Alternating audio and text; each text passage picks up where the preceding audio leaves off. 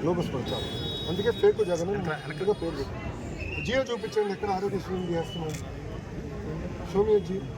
నాకు కొంచెం వివరాలు ఇవ్వండి, నేను వాటర్ ట్యాంకర్లు పెట్టి నీళ్ళు తోలిస్తాను, అన్న బాధ్యత పర్సనల్ ఇస్తాను. ఒక్క నిమిషం అన్న. ఇప్పుడు కేంద్ర ప్రభుత్వం సంస్థతో ఒప్పందం కుదుర్చుకుని వాళ్ళకి ఏం చెప్పారంటే మొత్తం ట్రాఫిక్ మానిటరింగ్ చేయమని చెప్పారు. అంటే ఎక్కడ వెహికల్ మూవ్మెంట్ ఎలా ఉంది, ఎక్కడ బాటిల్ నెక్స్ ఏర్పడినాయి, ఎక్కడ మనం ఏం చేస్తే బాగుంటుంది. సో ట్రాఫిక్ మూవ్మెంట్ కొంచెం సాఫీగా జరగాలి మంగళగిరి అనేది వాళ్ళకి లక్ష్యంగా పెట్టారు.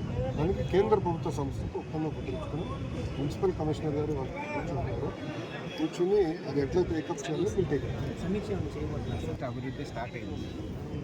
అలానే మనం రక్షణ చర్యలు కూడా తీసుకోవాలి. ఏదన్నా రక్షణ చర్యలు, ఏ రక్షణ చర్యలు?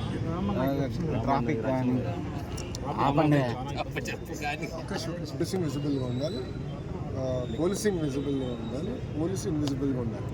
దానికి నేను కూడా ఏంటంటే మొత్తం మ్యాపింగ్ చేసి కెమెరాలు ఎక్కడెక్కడ ఏర్పాటు చేయాలి. ఇక్కడ మంగళగిరిలో ఉన్న పోలీసులందరూ కూడా బాడీ ఓన్ కెమెరాలు పెట్టుకోవాలి. కొంచెం విధి విధానం కొంచెం వర్కౌట్ చేస్తాం, మొబిలిటీ తీసుకురావాలి. ప్లస్ ఇది రాజధాని ప్రాంతాల్లో ఎకనామిక్ యాక్టివిటీ విపరీతంగా మన ప్రాంతాల్లో పెరిగే పరిస్థితి, ట్రాఫిక్ కూడా విపరీతంగా ఉంది. సో ట్రాఫిక్ పోలీసులు కూడా ఇంకా స్ట్రీమ్ లైన్ చేయాలి.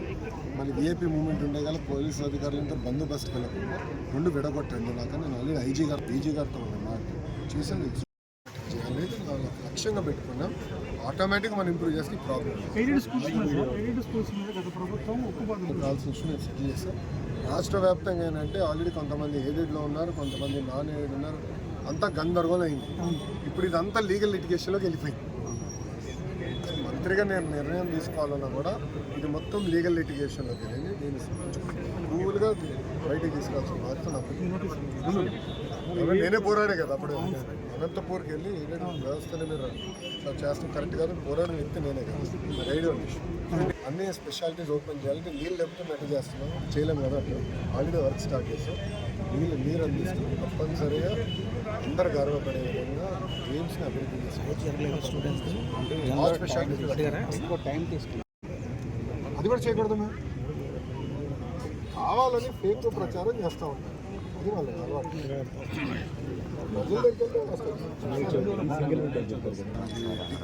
ఒక క్లాస్ ఒక టీచర్ వర్కౌట్ చేస్తున్నాం. కూర్చోండి.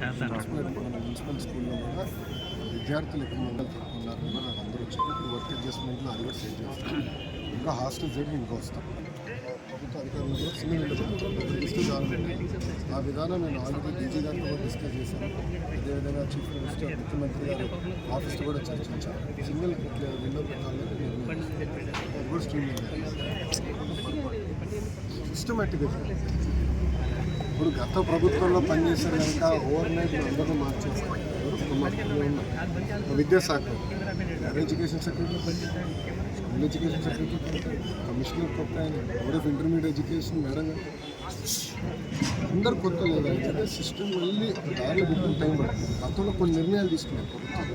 ఎందుకు తీసుకున్నారు, కాంటెక్స్ట్ ఏంటి అని, ఎట్లా చేయాలి చెప్పేవాళ్ళుగా కంటిన్యూటీ మెయింటైన్ చేసే వాళ్ళు కావాలి. అది లేకుండా సింపుల్గా అందరిని పీకేస్తే ప్రభుత్వం నడవాలి కదా. ప్రజలు ఇబ్బంది పడుతున్నారు. ప్రక్షాళన చేస్తున్నాం. Phase already